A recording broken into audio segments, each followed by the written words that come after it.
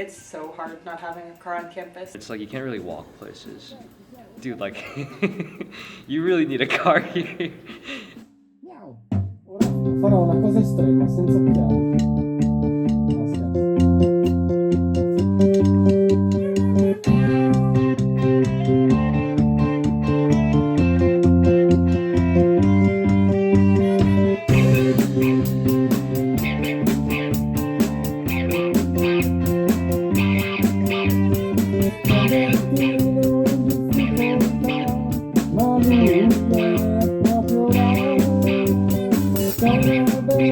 No, Coming here for college in Maine was a little bit of there was a lot of culture switches, but I think the biggest one was the lack of access to public transportation, just because in Lewiston, and especially if you want to get to Auburn, you kind of have to have a car.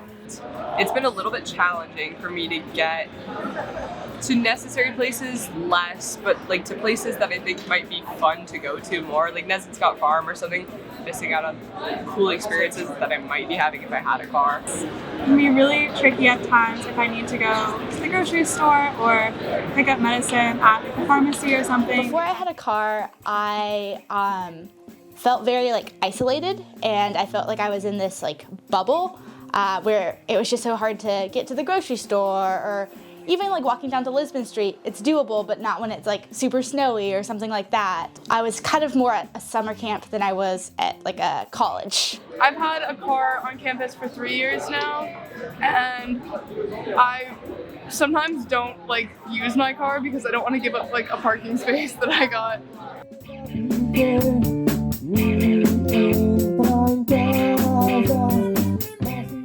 Last year, I got a pretty bad concussion and I couldn't do anything really for a week or two, and then I got COVID, so I got stuck having COVID, and during that time I gave one of my best friends my keys to just use my car or whatever, and one day he used my car and accidentally parked it in a parking lot that was not allowed to be parked at, and I get a call from someone and I answer it, and they're like, "Hello, your car is about to be towed."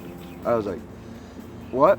Why?" And they're like, "You have over 10 parking tickets on your car." And it feels like Bates gave more parking passes than they actually did parking spots on campus. Off the top of your head, do you know the number of parking passes that are, you said issued per year, so here it says that this year it's 767. 767. Do you know how many spaces there are on campus to park? It's about 450. Prior to the academic year of 17-18, it used to be that there was a lottery of permits. There were only a certain number of permits that were made available. The city asked, well, how many student vehicles do you have? So the city had a fixed number based on what we had for, that's all the student vehicles that's impacted with Bates. And there were policies that the city enacted that you're living under now here as a student, that you can't park on city streets in the evenings after certain hours. It was a kind of combination of things. There's several very vocal people down off the Fry Street, College Street neighborhood. They kind of gathered all the residents. It was kind of like a tipping point. I think they had enough was enough. The students at that time really weren't respecting the neighbors. And what we were seeing is Davis Street, White Street, Oak Street, Elm Street, parts of Holland Street were like Fry Street is right now. So I asked somebody over there, I said, why don't you guys build a parking garage? And I never thought about this, but the guy goes, who wants to have their name on a parking garage?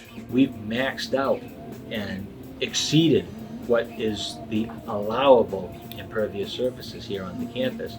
And any move to change that equation is a lot of oversight with DEP, EPA. So we can't just say, let's pave some more parking area.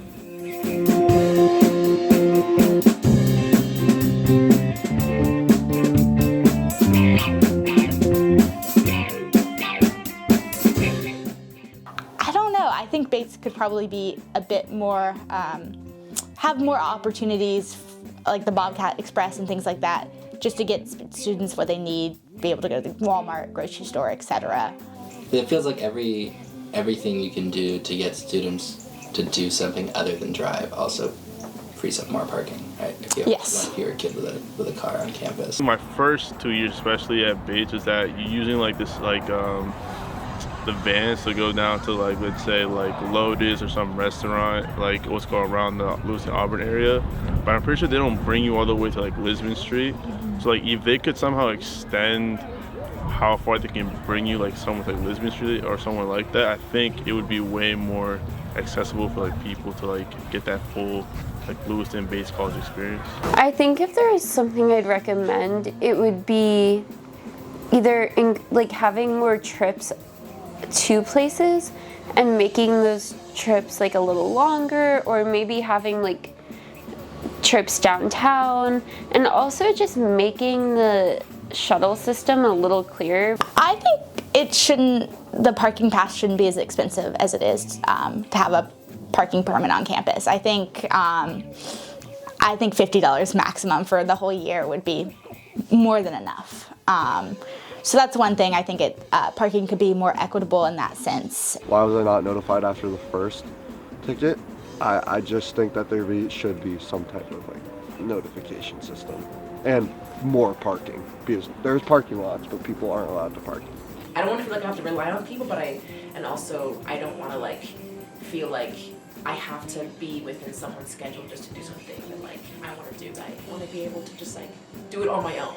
You know, like I don't really need or want someone to like accompany me to go somewhere all the time.